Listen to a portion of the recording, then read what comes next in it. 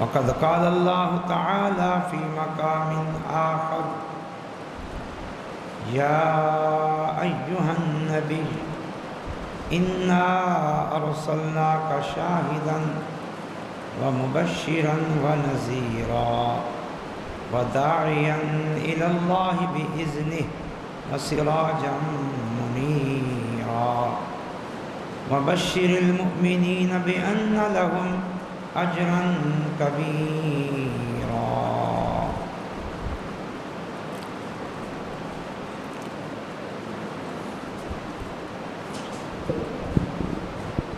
معزز علماء کرام اور سامعین حضرات، السلام علیکم ورحمۃ اللہ وبرکاتہ۔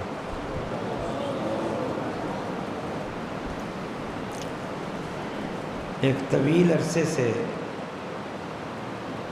آپ کے پاس حاضری ہو رہی ہے۔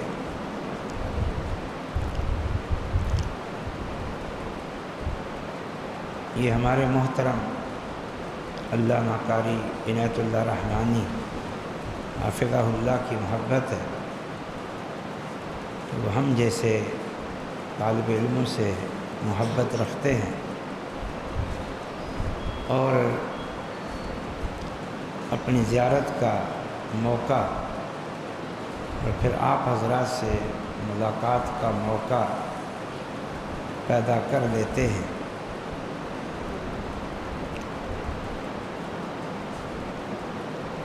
اللہ تعالیٰ ان محبتوں کو قائم رکھے اور یہ ملاقاتیں اور زیارتیں بھی ہوتی رہیں۔ بالخصوص دعا ہے اللہ تعالیٰ اس ادارے کو قائم دائم رکھے۔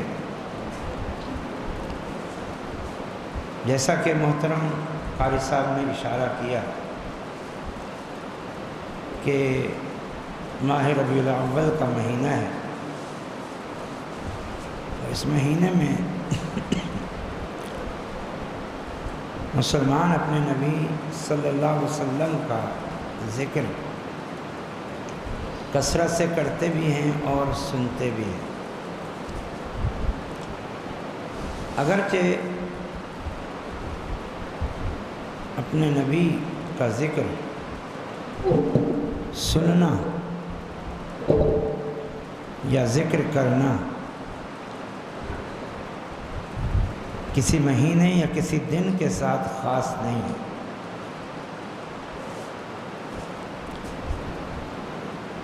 یہ تو دنیا کی رسمیں، جب کسی نے کچھ نہ کرنا ہو، حق ادا نہ کرنا ہو کسی کی محبت کا، کسی کے حقوق کا، تو پھر وہ رسمی کارروائی کرنے کے لیے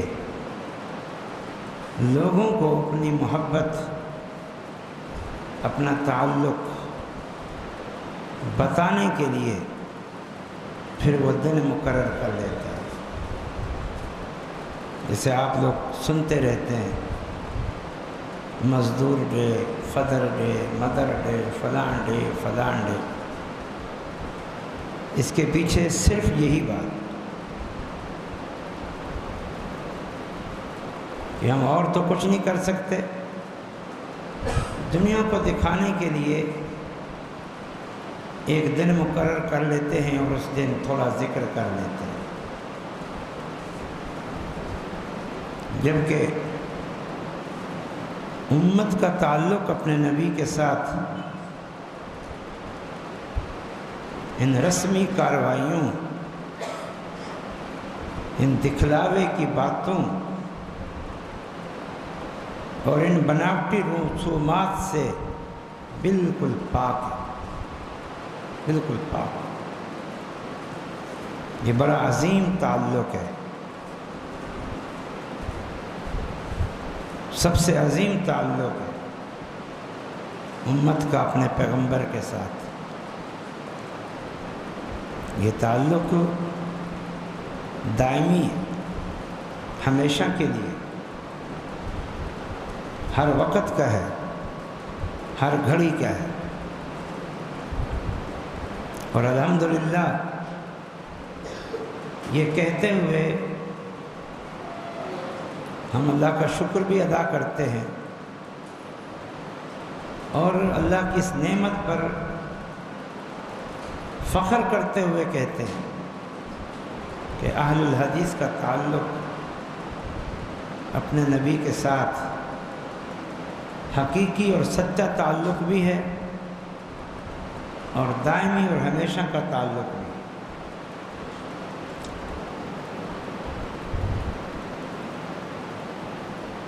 بہرحال ہر وقت، ہر گھڑی، ہر لمحے اللہ کے رسول کا ذکر ہونا چاہیے تاکہ امت کا تعلق اپنے پیغمبر کے ساتھ مضبوط رہے، کمزور نہ ہونے پائے۔ لیکن اس ذکر سے کیا مراد ہے؟ ذکر مصطفیٰ، ذکر نبی، ذکر رسول سے کیا مراد ہے؟ اس میں بہت ساری باتیں آتی ہیں۔ اس میں نبی صلی اللہ علیہ وسلم کی نبوت و رسالت، پھر آپ کو جو افضلیت حاصل ہے بقیہ انبیاء اور رسل پر، پوری انسانیت پر، اس کا بیان، آپ کی محبت کے واجب ہونے کا بیان، آپ سے عقیدت، احترام، پیار کا بیان، اور پھر آپ کی بعثت کے مقاصد کا بیان، اور پھر آپ صلی اللہ علیہ وسلم کے حقوق کا بیان، اور پھر سب سے بڑے حق کا بیان۔ یہ ہے ذکر مصطفیٰ، جس کا امت کو فائدہ ہوتا ہے، جس کی امت کو ضرورت ہے، جس ذکر کی آج ضرورت ہے۔ ہمارے ہاں ذکر مصطفیٰ بہت محدود ہو گئی ہے، محدود۔ صرف آپ کی ولادت باسعادت، آپ کے معجزات کا ذکر، اور بس آپ کی نبوت سے پہلے پہلے تک کا ذکر، اور بس۔ حالانکہ ہمارے نبی صلی اللہ علیہ وسلم کی جو بھی شان ہے، جو بھی مقام ہے، جو بھی مرتبہ ہے، اس کی بنیاد ہمارے نبی صلی اللہ علیہ وسلم کا رسول ہونا، رسول ہونا۔ ساری فضیلتوں کی بنیاد رسول اللہ ہونا۔ اس لیے جب تک رسول ہونے کا ذکر نہ ہو، رسول ہونے کی بنیاد پر آپ کی نبوت و رسالت کے مقاصد کا ذکر نہ ہو، رسول ہونے کی بنیاد پر آپ کے حقوق کا ذکر نہ ہو، تو اس وقت تک ذکر رسول ناقص اور نامکمل۔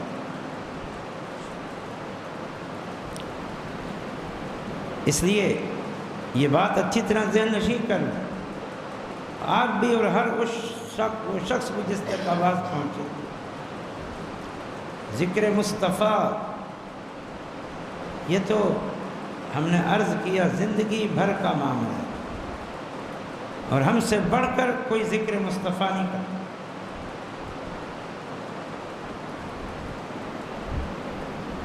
ہماری کانفرنسیں، تقریبات، دینی تقریبات ذکر مصطفیٰ سے خالی ہی نہیں۔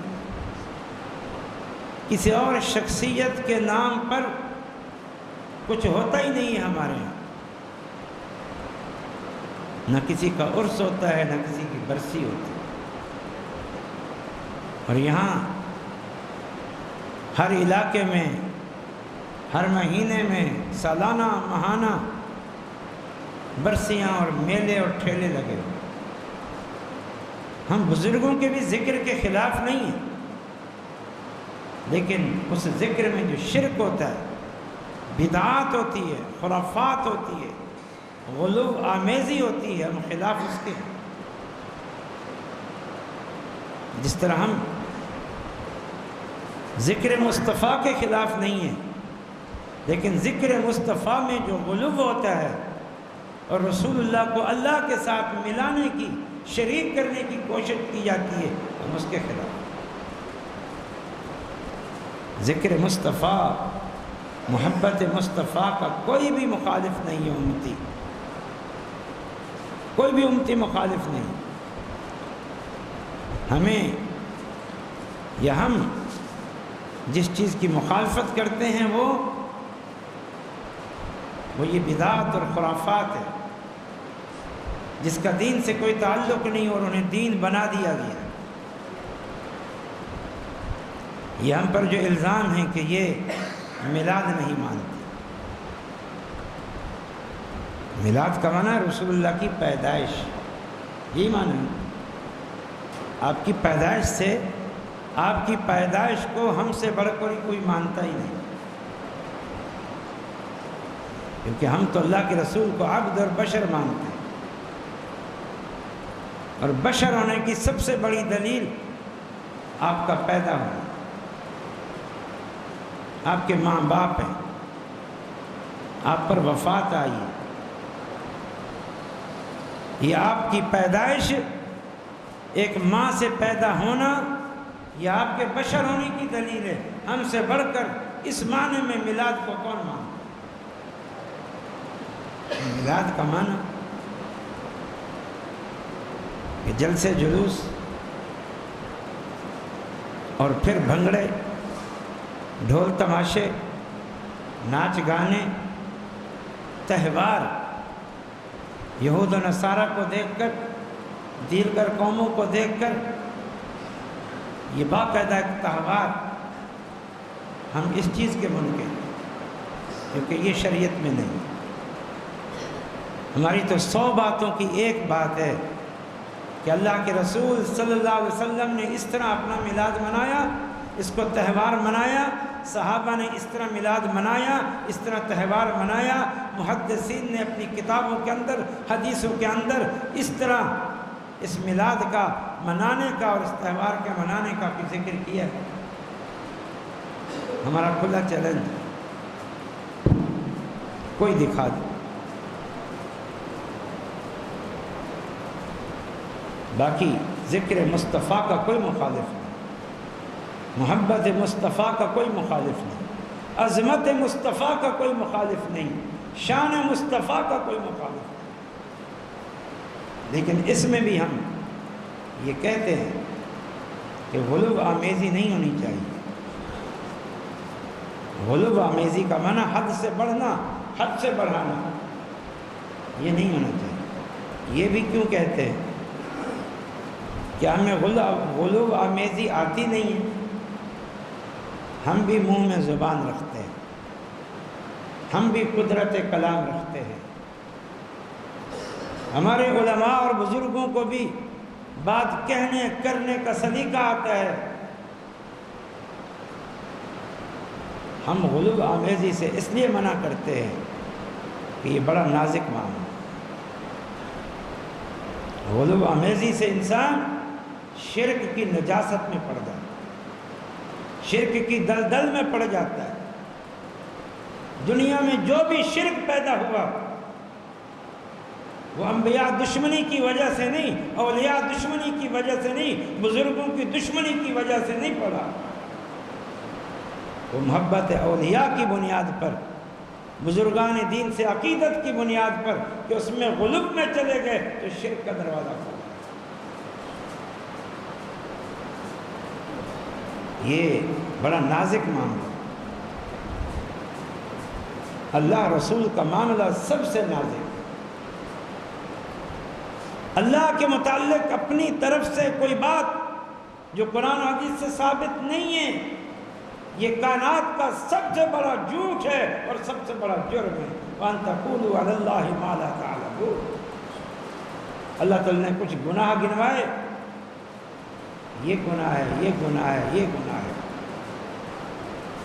قل انما حرم ربی الفواحش ما ظہر منها وما بطن والاسم والبغی وان تشرکوا باللہ ما لم ينزل به سلطانا وان تقولوا علی اللہ ما لا تعلمون۔ اللہ تعالیٰ فرماتا ہے رب نے حرام کر دیے ہے بے حیائی کو، ہر قسم کے گناہ کو، بغاوت اور سرشرکت کو، شرک کو، اور 5ویں نمبر پر کہ تم اللہ کے متعلق وہ بات کہو جو تم جانتے نہیں۔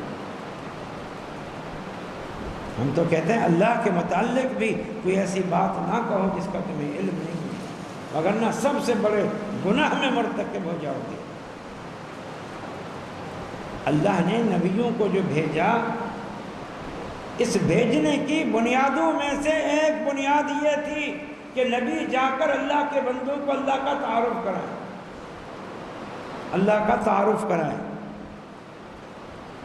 یہ قرآن جو نبی لے کر آئے اللہ کے تعارف سے بھری ہوئی، نبی صلی اللہ علیہ وسلم کے اذکار، نبی صلی اللہ علیہ وسلم کی دعائیں، نبی صلی اللہ علیہ وسلم کی اللہ کے ساتھ مناجات، اور نبی صلی اللہ علیہ وسلم نے جو اللہ کے نام بتائے، صفات بتائی، یہ اللہ کا صحیح تعارف۔ ہم اسی کو کافی سمجھتے ہیں، 1 انچ آگے نہیں بڑھتے، اور اللہ کے متعلق جو بات آ گئی ہے، جو صفت آ گئی ہے، جو عظمت آ گئی ہے، ہم اس میں ذرا سی کمی بھی نہیں کرتے۔ اور ہمارا یہی معاملہ رسول اللہ کے ساتھ۔ رسول انسانوں میں سب سے اونچی ذات ہوتا ہے، اور ہمارے رسول تو سارے رسولوں کے بھی سردار، تو اللہ کے بعد اللہ کی مخلوق میں وہ سب سے عظیم ترین ہستی ہے، تو اس کے بارے میں اللہ ہی جانتا ہے، یا اللہ نے ان کے بارے میں جو انہیں بتایا ہے، اپنے نبی کو بتایا ہے، وہی جانتے ہیں۔ یا اللہ جانتا ہے، یا اللہ کے بتانے سے اللہ کا نبی جانتا ہے کہ نبی کا مقام کیا ہے۔ ہمیں کیا پتا، ہمیں کیا پتا؟ تو کہتے ہیں کہ اللہ کے نبی کے بارے میں بھی اپنی طرف سے کوئی بات نہ کہو، اور جو بات ثابت ہو گئی ہے اس کا انکار نہ کرو۔ ہم اپنی طرف سے کوئی بات کہتے ہیں، کوئی ایک حرف بھی نہیں کہتے، کوئی ایک جملہ بھی نہیں کہتے، قرآن حدیث میں جو آ گیا ہے وہ سر آنکھوں پر ہے، اور نہ ہی ثابت شدہ کسی بات کا انکار کرتے۔ اللہ کے نبی کے بارے میں جو آیا ہم سب مانتے ہیں۔ آپ رسول ہیں، آپ رسولوں کے سردار ہیں، آپ خاتم المرسلین ہیں، آپ امام الانبیاء ہیں، آپ سید ولد آدم ہیں، آپ مقام محمود کے مالک ہیں، شفاعت عظمیٰ، سارے انبیاء معذرت کر لیں گے۔ آپ مقام وسیلہ کے مالک ہیں، جو جنت میں سب سے اعلیٰ مقام ہے جو کسی ایک شخص کو ملے گا، اور ہمارا ایمان ہے اس کے مستحق ہمارے نبی صلی اللہ علیہ وسلم۔ ہم آپ کے معجزات، شق قمر، قرآن مجید، اور سب سے بڑھ کر معراج کے قائل ہیں، معراج کے قائل۔ ہم آپ کو معصوم عن الخطا سمجھتے ہیں۔ آپ قیامت کے دن آئیں گے، حمد کا جھنڈا آپ کے ہاتھ میں ہوگا، سارے نبی اور رسول آپ کے جھنڈے کے نیچے ہوگا۔ ہم مانتے ہیں کہ سب سے پہلے جنت کا دروازہ ہمارے نبی صلی اللہ علیہ وسلم جا کر کھلوائیں اور آپ داخل ہوں۔ یہ سب چیزیں ثابت ہیں، سب چیزیں ثابت ہیں، ہم ان سب کو مانتے ہیں کیونکہ یہ ثابت ہے۔ اور جو چیزیں ثابت نہیں ہیں ہم ڈنکے کی چوٹ پہ نہیں مانتے، کیونکہ وہ غلو ہے، جس غلو سے اللہ نے منع کیا، لا تغلو فی دینکم، دین میں غلو سے کام نہ لینا، وہ غلو جس سے رسول اللہ نے منع کیا، صحیح بخاری کی حدیث ہے، لا تطرونی کما طرت النصارى عیسی ابن مریم انما انا عبد اللہ ورسولہ فقولوا عبد اللہ ورسولہ، فرمایا لوگوں مجھے حد سے نہ بڑھانا، جیسے عیسائیوں نے عیسیٰ علیہ السلام کو حد سے بڑھا دیا تھا۔ میں اللہ کا بندہ ہوں اور اللہ کا رسول ہوں، جب بھی میرے بارے میں کچھ ذکر کرو فقولوا عبد اللہ ورسولہ، تو یہی کہنا محمد صلی اللہ علیہ وسلم اللہ کے بندے اور اللہ کے رسول۔ یہ تعلیم ہے، اور آپ نے یہ بات صحابہ کی گھٹی میں بٹھائی، ان کے دل و دماغ میں بٹھائی، اس لیے کہ سابقہ ادوار میں جب عام انبیاء کے متعلق غلو پایا گیا، عام نیک صالحین کے متعلق غلو پایا گیا، تو یہ تو امام الانبیاء تھے، یہ تو سید ولد آدم تھے، ان کے بارے میں تو بالاولیٰ غلو پایا جائے۔ اس لیے آپ صلی اللہ علیہ وسلم نے غلو سے روکا۔ سنن نسائی کے حدیث میں فرمایا ایاکم والغلو فإن الغلو اہلک من کان قبلکم، اپنے آپ کو غلو آمیز سے بچانا، غلو کسی کو حد سے بڑھانا، کسی کے مقام اور مرتبے میں حد سے بڑھ جانا، اور ہمارا ایمان یہ ہے کہ وہ حد ہماری قائم کی ہوئی نہیں ہے، ہمارے باپ دادا کی قائم کی ہوئی نہیں ہے، وہ حد اللہ رسول کی قائم کی ہے، وہ حد قرآن و حدیث کی قائم کی ہوئی ہے، اور حد وہی ہے جو کچھ قرآن و حدیث میں کہا گیا ہے، بس وہی حد ہے، اس سے آگے نہ بڑھنا۔ تو فرمایا تم غلو سے اپنے آپ کو بچا دینا۔ کیوں؟ فرمایا اس لیے کہ تم سے پہلے لوگوں کو اسی غلو نے ہی ہلاک کر دیا تھا۔ یہ ہلاکت کیا تھی؟ شرک میں مبتلا کر دیا۔ یہ اللہ کے رسول بڑے درد دل کے ساتھ امت کو یہ کہہ رہے ہیں کہ غلو سے بچانا سابقہ قوموں کی ہلاکت کا باعث یہی ہے۔ دو مثالیں بھی چھوٹی سی سن لیں۔ ایک صحابی نے کہہ دیا جذبات محبت میں ما شاء اللہ و شئت، جو آپ چاہیں اور جو اللہ چاہے۔ نبی صلی اللہ علیہ وسلم خوش ہوئے، کیا بات ہے بھائی، آج تو نے وہ تعریف کی ہے جو کسی نے بھی نہیں کی، تم نے اللہ کی مشیت اور میری مشیت کو برابر کر دیا، مشیت اور ارادے کے نافذ ہونے میں، قائم ہونے میں، جاری ہونے میں تم نے مجھے اللہ کے ساتھ ملا دیا، شاباش ہے تمہیں، شاباش دی۔ فرمایا اجعلتنی للہ ندا، یہ جملہ کہہ کے تم نے مجھے اللہ کا شریک بنا دیا ہے کہ اللہ کی مشیت اور ارادہ میری مشیت اور ارادہ برابر ہے۔ یہ کیا کیا ہے تم نے مجھے اللہ کی شریک بنا دیا۔ قل ما شاء اللہ وحدہ، کہو جو اللہ اکیلا چاہے، پھر جو اللہ نے انسانوں کو اختیار دیا ہے جو انسان چاہے۔ اکیلے اللہ کی مشیت ہے، میرے ارادے اور مشیت کو اللہ کی مشیت اور ارادے کے برابر بنا کے مجھے اللہ کے برابر مت کرو۔ یہاں تو جو نعت خان جتنا زیادہ غلو آمیزی کرتا ہے، صرف نبی کی ذات نہیں، نبی کے بارے میں نہیں، نبی کے بارے میں، کسی صحابی کے بارے میں، آل رسول کے بارے میں، بزرگان دین کے بارے میں، اپنے علماء کے بارے میں، جو جتنا زیادہ غلو آمیزی کرتا ہے اسے اتنا شاباش ملتا ہے۔ یہ نیا کلام ہے جی، آپ سن کے دیکھیں۔ قوالیاں ہمیں سننے کا شوق نہیں ہے، سننی پڑتی ہیں، بسوں میں آتے جاتے لمبے لمبے سفر۔ اب سسٹم کم ہو گیا ہے، اب ہر ایک کے پاس وہ اپنا ٹی وی موجود ہے، موبائل، اس میں مست ہوتے ہیں۔ اس سے پہلے لمبے لمبے سفروں میں یہ دین کے نام پہ قوالیاں چلتی تھیں، نبی کے متعلق قوالی ہے، ایسا لگتا ہے اللہ نبی میں کوئی فرق نہیں، آل رسول میں سے کسی کے متعلق قوالی ہے، لگتا ہے کہ اللہ رسول میں اور اس بزرگ میں کوئی فرق نہیں، مقام اور مرتبہ عزت اور شان کا۔ کسی بزرگ کے متعلق وہ بھلے کتنا غیر معروف کیوں نہ کوئی بھی نہ جانتا ہو، جب اس کی قوالی میں عظمت اور شان بیان کی جا رہی ہوتی ہے تو اسے اللہ سے کم درجہ نہیں دیا جاتا۔ ہم الحمدللہ ان سے پاک ہیں، ہمارے ہاں یہ چیز قابل تعریف نہیں ہے، ہمارے ہاں یہ قوالی کا سسٹم نہیں ہے، اور کوئی ایسی نعت نہیں پڑھی جاتی جس میں حد سے بڑھی ہوئی بات، کیونکہ یہ اسلام کے مزاج کے خلاف۔ اسلام کے مزاج کو سمجھو۔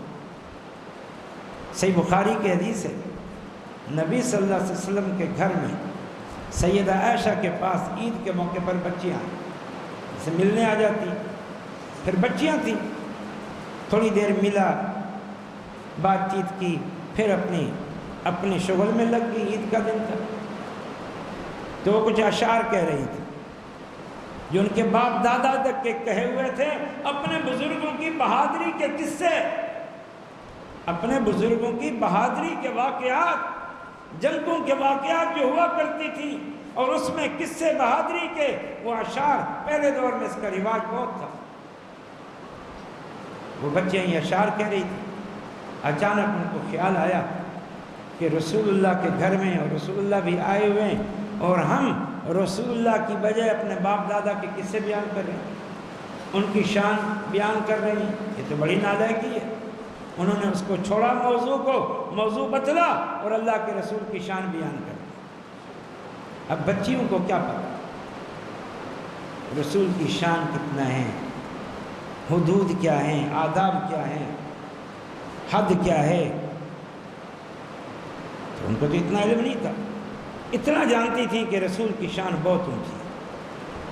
آج بھی یہی معاملہ ہے، اور یہ برحق ہے، شان بہت اونچی ہے لیکن حدود بھی ہیں۔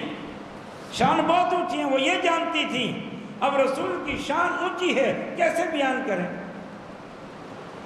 تو چنانچہ انہوں نے ایک جملہ کہا، وَفِينَا نَبِيٌّ يَعْلَمُ مَا فِي غَدًا، ہمارے بیچ میں تو نبی ہیں جو کل کی باتیں جانتے ہیں، یعنی غیب جانتے ہیں۔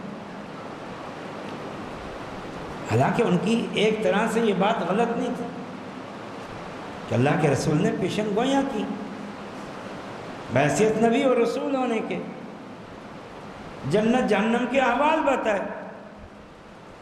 دجال مہدی کے بارے میں بتایا، یاجوج ماجوج کے بارے میں بتایا، پیشن گوئیاں کی۔ اس حد تک تو معاملہ ٹھیک تھا، لیکن اس سے وہ یہ سمجھی کہ نبی صلی اللہ علیہ وسلم بھی اللہ کی طرح عالم الغیب ہیں اور مستقبل کے سارے احوال کو جانتے ہیں۔ وَفِينَا نَبِيٌّ يَعْلَمُ مَا فِي غَدًا، ہمارے اندر نبی ہے جو غیب کی باتیں جانتے ہیں۔ اللہ کے رسول یکدم چوکنا ہو، پہلے بچیاں تھیں، کھیل کود کر رہی ہیں، باپ دادا کی قصے بیان کر رہی ہیں، ہوتا ہے ٹھیک، لیکن جیسے ہی رسول کی شان بیان ہوئی، اور وہ شان غلو پر مبنی تھی، جہالت پر مبنی تھی، لا علمی پر مبنی تھی۔ اور میں یہ کہتا چلوں، آج بھی اکثر نعت خوان جو نعت پڑھتے ہیں اور یہی غلطی کرتے ہیں، غلو آمیزی کی، وہ جاہل ہوتے ہیں، اتنے جاہل ہوتے ہیں کہ نعت خواہوں کے مسلک کے بڑے لوگ بھی ان نعت خوانوں کی ان جہالتوں سے بیزار۔ ہمیں بہت ساری ایسی ویڈیوز دیکھی جس میں اسٹیجوں پر نعت خوانوں کو روک دیا گیا، ہٹا دیا گیا کہ کیا تم لا علمی اور جہالت پر مبنی نعت گوئی کر رہے۔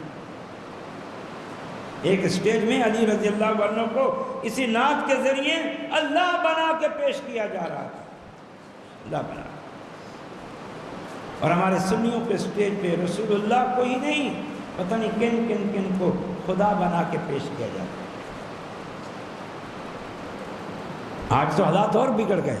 آج سے کوئی 100 سال پہلے غالباً علامہ حالی نے رونا رویا تھا مسلم معاشرے کی اسی حالت اظہار کا کہ محبت، عقیدت اور احترام کے نام پر ہم نے شرعی حدود کو پھلانگ کے رکھ دیا ہے، شرعی حدود کو پھلانگ کے رکھ دیا۔ کیا کہا تھا اس نے؟ سنیں ذرا، درد دل سے کہا تھا، کرے گر غیر بت کی پوجا تو کافر، ٹھہرائے بیٹا خدا کا تو کافر، جو کواکب میں مانے کرشمہ تو کافر، جھکے آگ پہ بہر سجدہ تو کافر، مگر مومنوں پر کشادہ ہیں راہیں، پرستش کریں شوق سے جس کی چاہیں، نبی کو جو چاہیں خدا کر دکھائیں، اماموں کا رتبہ نبی سے بڑھائیں، شہیدوں سے جا جا کے مانگیں دعائیں، مزاروں پہ جا جا کے چادریں چڑھائیں، نہ اسلام اس سے بگڑے نہ ایمان اس سے جائے، وہ دین جس سے توحید پھیلی جہاں میں، ہوا جلوہ گر حق زمین و زمان میں، رہا شرک باقی نہ وہم و گمان میں، وہ بدلا گیا آ کے ہندوستان، ہمیشہ سے اسلام تھا جس پہ نازاں، یعنی توحید، ہمیشہ سے اسلام تھا جس پہ نازاں، وہ دولت بھی کھو بیٹھے آخر مسلمان، اور آپ کہتے ہیں کیا کمال کر دیا اس نے، کیا تعریف کر دی،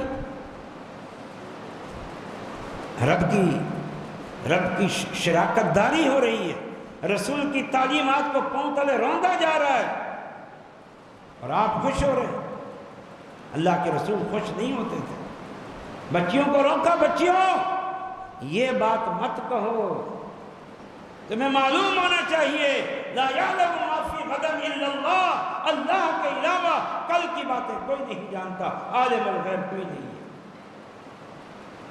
اور وہ باتیں کرو جو تم پہلے کر رہی تھے باپ دادا کے متعلق، بیچارے ان بچیوں کے اشعار تو نہیں تھے، ان کے بڑوں نے وہ اشعار کہے تھے، تو وہ کہو تم، یہ باتیں مت کرو۔ کئی حدیثیں موجود ہیں، ابو داؤد میں ایک حدیث ہے، ایک بنی عامر کا قبیلہ آیا اسلام لانے کے لیے، اسلام شاید لا چکا تھا، مزید تعلیمات حاصل کرنے کے لیے آیا، تو انہوں نے آ کر اللہ کے رسول صلی اللہ علیہ وسلم کو کیا کہا تھا، انت السید، اے اللہ کے نبی صلی اللہ علیہ وسلم آپ السید ہیں۔ اب السید کے دو معنی، ایک جو سے قوم برادری کا سردار ہوتا ہے، ان کے فیصلے کرتا ہے، ان کے معاملات نمٹاتا ہے، ایک السید کا معنی مالک، رب، سارے اختیارات کا مالک۔ اب کیونکہ یہ لفظ دونوں معنوں میں استعمال ہوتا تھا، تو آپ صلی اللہ علیہ وسلم نے یہ نہیں دیکھا کہ سید بمعنی قوم کے سردار کے ہے، قوم میں سے جو افضل ہوتا ہے، چلو ٹھیک ہے یہ معنی ہے، کیونکہ دوسرا معنی بھی تھا مختار، مالک، تو آپ نے فوراً کہا السید اللہ، السید اللہ کی ذات ہے، مالک، مختار، با اختیار، سب کچھ کرنے والا، جسے کوئی پوچھنے روکنے ٹوکنے والا نہ ہو، وہ اللہ کی ذات ہے۔ انہوں نے کہا انت افضلنا فضلا اطولنا طولا، چلے ہم یہ لفظ نہیں کہتے، آپ فضیلت میں ہم سے بڑھ کر ہیں اور سخاوت میں ہم سے بڑھ کر ہیں۔ آپ صلی اللہ علیہ وسلم نے فرمایا قولوا قولکم او بعض قولکم ولا یستجرینکم الشیطان، ہاں یہ باتیں کہہ سکتے ہو، یہ ایسی بات کر سکتے ہو، خبردار رہنا شیطان تمہیں گمراہ نہ کر دے، شیطان تمہیں گھسیٹ نہ لے، اس لیے زبان سنبھال کے بات کرنا۔ اللہ رسول کا معاملہ ایسا نہیں ہے کہ ہر ایرا غیرہ جاہل جو مرضیہ کہتا پھر، جو مرضیہ کہتا پھر، لاوارث ہیں کہ اللہ رسول،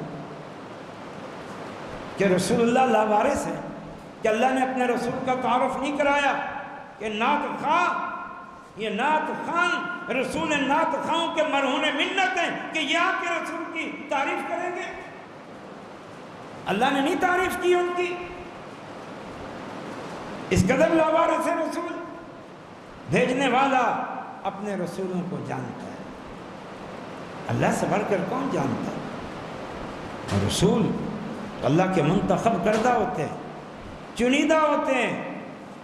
اٹھا کے دیکھیں قرآن، اللہ تعالیٰ فرماتا ہے قرآن کے اندر اللہ یصطفی من الملائکۃ رسلا ومن الناس، اللہ فرشتوں میں سے بھی رسول چنتا ہے، انسانوں میں سے بھی رسول چنتا ہے۔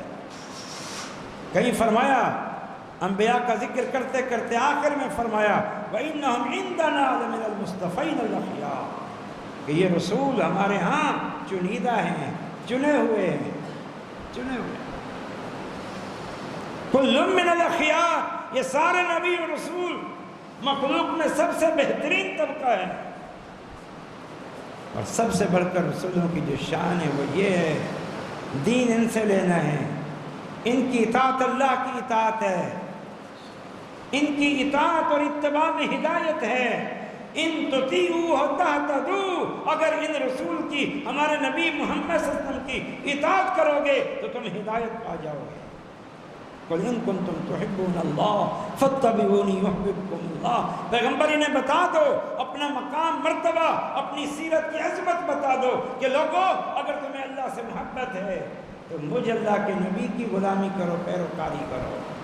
یہ اللہ سے محبت کی دلیل ہے، کتنا بڑا مقام۔ اللہ سے محبت کی دلیل محمد صلی اللہ علیہ وسلم کی اتباع ہے، اور جو اس طرح اللہ سے سچی محبت کرے گا رسول کی اتباع کے ذریعے، یحببکم اللہ، اللہ فرماتے ہیں ایسے سے میں محبت کروں گا، کیونکہ ان کی محبت قابل قبول ہے۔ یہ کم مقام ہے، یہ کم مقام ہے۔ ہدایت جوڑ دی اللہ نے اپنے نبی کے ساتھ، ہدایت جوڑ دی، اپنی محبت کی بنیاد اللہ نے بنا دیا اپنے نبی کو۔ لَقَدْ كَانَ لَكُمْ فِي رَسُولِ اللَّهِ أُسْوَةٌ حَسَنَةٌ، اللہ تعالیٰ فرماتے ہیں لوگوں تمہارے لیے ہمارے نبی کی زندگی بہترین نمونہ ہے۔ کس میں؟ لِمَنْ كَانَ يَرْجُو اللَّهَ، اللہ سے ملنا چاہتے ہو میرے نبی کے پیروکار بن کے آؤ، وَالْيَوْمَ الْآخِرِ، آخرت کی کامیابی چاہتے ہو میرے نبی کے پیروکار بن کے آؤ، وَذَكَرَ اللَّهَ كَثِيرًا، میرا ذکر کرنا چاہتے ہو، میری عبادت کرنا چاہتے ہو، میرے نبی کے پیروکار بن جاؤ۔ یہ مقام ہے، یہ شان ہے، کوئی پہنچ سکتا ہے اس پہ؟ کوئی نہیں پہنچ سکتا۔ تو عرض یہ کر رہا تھا غلوب سے پاک، ہمیں رسول اللہ کی تعریف یہ جزو ایمان ہے، محبت جزو ایمان ہے، ذکر خیر ہم کرتے ہیں، ہمارے دل کا سرور ہے، لیکن ہم غلو آمیزی سے اور ہر طرح کی شرکیات اور بدعات سے ہم اس سے منع کرتے ہیں۔ یہ جھوٹا الزام لگایا جاتا ہے، کوئی کہتا ہے اماموں کے منکر، کوئی کہتا ہے نبی کے گستاخ، کوئی کہتا ہے بزرگوں کے منکر۔ یار کس بنیاد پر؟ ہمیں بتاؤ تو صحیح، اماموں کے منکر کیا ہیں؟ ہم مانتے ہیں امام ابو حنیفہ، امام مالک، امام شافعی، امام احمد اپنے وقت کے امام تھے، دین کے رہنما تھے، پیشوا تھے، لیکن ان کی حیثیت رسول کی نہیں، رسول کا دین پہنچانے والے کی ہے۔ بشری تقاضوں سے کمی کوتاہی ان سے ہو سکتی ہے، پورا علم کسی کے پاس نہیں تھا، تبھی تو ہر امام کا ایک دوسرے سے اختلاف ہے۔ اگر ایک امام کے پاس پورا علم تھا، باقی اماموں کی اپنے اس امام سے اختلاف کیوں ہیں؟ آپ اماموں سے اختلاف کی بات کرتے ہیں۔ ہدایہ اٹھا کے دیکھ لیں، امام ابو حنیفہ رحمۃ اللہ علیہ کے شاگرد امام ابو محمد اور امام حسن 2/3 مسائل میں اپنے ہی امام کی مخالفت کرتے ہیں، اپنے ہی امام کی، تو غلطی کا امکان ہے کہ نہیں؟ جب معصوم نہیں ہے اور غلطی کا امکان موجود ہے، ہم نے اگر یہ کہہ دیا حجت اللہ کے رسول کی بات ہے، ہم کسی کے مقلد نہیں ہیں، اس میں کون سا ہم نے جرم کر دیا؟ بلکہ یہ تو ان ائمہ کی تعلیم کے عین مطابق ہے، عین مطابق۔ امام ابو حنیفہ کا یہ قول بچہ جانتا ہے، اذا سعد حدیث فهو مذہبی، جب صحیح حدیث آ جائے وہی میرا مذہب ہے۔ اترکوا قولی بقول رسول اللہ صلی اللہ علیہ وسلم، میری بات کو رسول اللہ کی بات کے آ جانے کے بعد چھوڑ دینا۔ یہ تو امام ابو حنیفہ کی بات ہے، یہی بات سب نے کہی، امام مالک نے کہی، حدیث مسجد نبوی میں بیٹھ کے درس قرآن دیا کرتے تھے، درس حدیث اور قرآن دیا کرتے تھے۔ کثرت سے کہتے رہتے تھے، بار بار کہتے رہتے تھے۔ لوگوں، ہر ایک کی بات رد بھی ہو سکتی ہے، قبول بھی ہو سکتی ہے، مگر اس روضہ قبر نبوی کی طرف اشارہ کر کے کہتے، اس روضے میں جو مدفون شخصیت ہے یعنی محمد صلی اللہ علیہ وسلم، صرف یہ وہ ذات ہے جن کی بات صرف قبول کی جائے گی، جن کی بات رد نہیں ہوگی۔ امام شافعی سے کسی نے پوچھ لیا کہ اگر آپ کے فتوے کے خلاف حدیث رسول آ جائے آپ کیا کریں گے؟ آپ کے قول کے خلاف حدیث رسول آ جائے آپ کیا کریں گے؟ امام شافعی غضبناک ہو گئے، ڈانٹتے ہوئے کہا، بدبخت، کیا تو مجھے کسی یہودی اور عیسائی کے عبادت خانے سے نکلتا ہوا دیکھ رہا ہے؟ میں کوئی یہودی عیسائی ہوں؟ ایک میں ہے کہ کیا تو مجھے شراب خانے سے نکلتا ہوا دیکھ رہا ہے کہ مجھ سے یہ پوچھتا ہے کہ میری بات کے خلاف حدیث رسول آگے میں کیا کروں گا؟ ظالم، میری حیثیت کیا ہے؟ ہمارے پاس تو جتنا علم ہوتا ہے اس کی روشنی میں فتویٰ دیتے ہیں، اصل فتویٰ اور اصل حکم تو اللہ کے رسول کا ہے۔ امام احمد بن حنبل نے کہا تھا، لا تقلدونی ولا تقلدوا مالکا ولا الشافعیہ ولا الاوزاعیہ ولکن خذوا من حیث اخذوا۔ لوگو، میری تقلید نہ کرنا، امام مالک کی نہ کرنا، امام شافعی کی نہ کرنا، امام اوزاعی کی نہ کرنا، لیکن خذوا من حیث اخذوا، وہاں سے دین لینا جہاں سے انہوں نے لیا تھا، کسی کے مقلد نہیں بننا۔ امام ابو حنیفہ نے اپنے شاگرد امام ابو یوسف کو کہا تھا، ابو یوسف میری ہر بات مت لکھا کرو، کیونکہ آج ہم ایک بات کہتے ہیں، کل کوئی حدیث سامنے آ جاتی ہے، اپنی بات سے رجوع کر لیتے ہیں، تو تم وہ بات لکھ دو اور سال بعد ہم رجوع کر لیں اور تم نے میرا وہ فتویٰ لکھ دیا اور لوگوں کے پاس چلا گیا، وہ حدیث نہیں پہنچی، فتویٰ پہنچ گیا۔ خبردار، میری ہر بات نہ لکھا کرو، جس بات جو بات میں دلیل سے بیان کروں وہ لکھا کرو، میرے اجتہادات و قیاسات کو مت دین بناؤ۔ اب بتاؤ، ہم نے جو کہہ دیا کہ رسول کی بات حجت ہے، کسی امام کی تقلید فرض نہیں ہے، یہ کہاں سے گستاخی ہوگی؟ کس آیت کا انکار کیا ہم نے؟ کس حدیث کا ہم نے انکار کیا؟